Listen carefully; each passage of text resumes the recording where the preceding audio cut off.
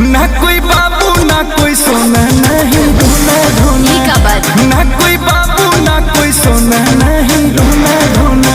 ओले ओले ओले मेरा बाबू ऐसा बोलेगा क्या? अरे सुना, ई देह केहू में सटे वाला ना हो, ई गर्दन कटे वाला ना हो।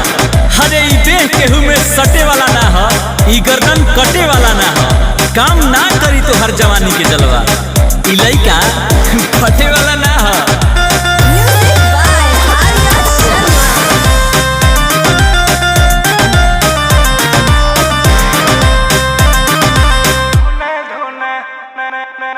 तुमको मिलेगी कोई ना मेरे जैसा, देता ना भाव मुझको लड़का तू कैसा। तेरे में फीलिंग नहीं है का?